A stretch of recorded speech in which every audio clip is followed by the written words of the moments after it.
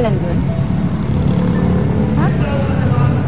Sus, mukhang may magbabalik ah. Pati ba pintig ng puso mo babalik din? Emma, ikaw talaga. Mamatay lang ni Joseph. Huwag ganyan. Hindi ibig sabihin nun, papatayin mo na pati yung puso mo. At saka ano ka ba, 1 taon na namatay si Joseph. At aminin man natin at hindi, si Roland yung naudlot mong pag-ibig.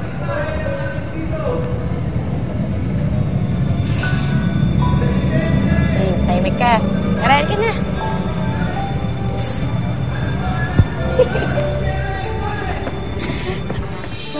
Tapos nung time na yun, nung galing nga ako ng Davao, pinunta ako siya sa region, sa Canlubang. Bumili ako ng prutas.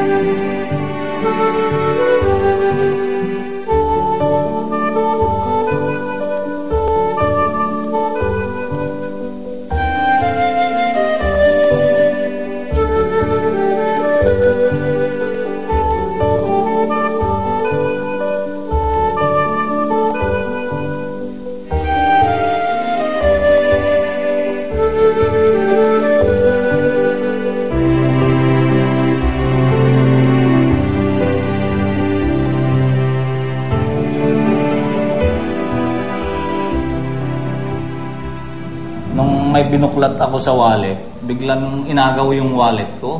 Tinignan siguro kung may picture ng babae. Bakit na inagaw yung wallet ko eh? Yung pala'y binubulat-lat kung may mga picture ng babae. Hindi, tinitiyan ko may pera ka doon. Emma, Ay, sir. si Raquel, 1 linggo na hindi pumapasok. Nasaan siya? Sir, kasi yung nanay po niya na comatose, so binabantayan niya po sa ospital. Nakomatos? Opo. Sir, sa tingin ko po, dalawin niyo po siya para may masaya naman po siya. Mauna na po ako.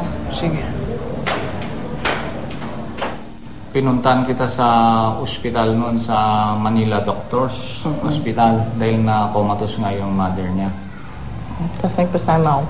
Bumili ng Tapos gamot. kumain muna tayo. Nung bumili siya ng gamot kako, kumain muna tayo.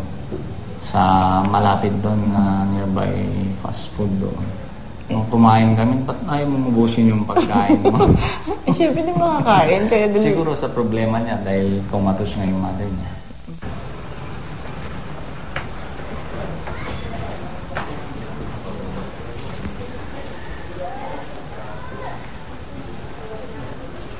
Raquel, galing na nga tayo sa restaurant.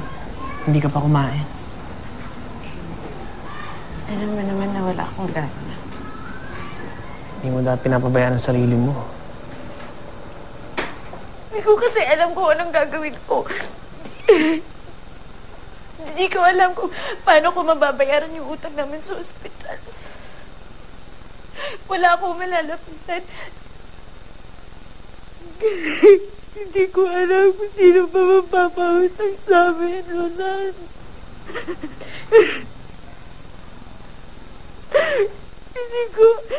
Hindi ko alam kung anong gagawin ko kung mawawala sa akin si Inay.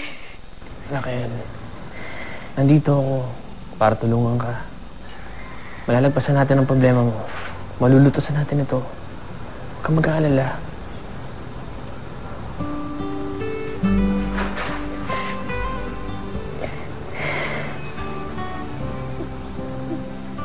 Tapos nung dumadalaw ka na pagkaano sa ospital, nung nag-loan ako dahil walang pera pang support din sa sinamahan niya rin ako that time.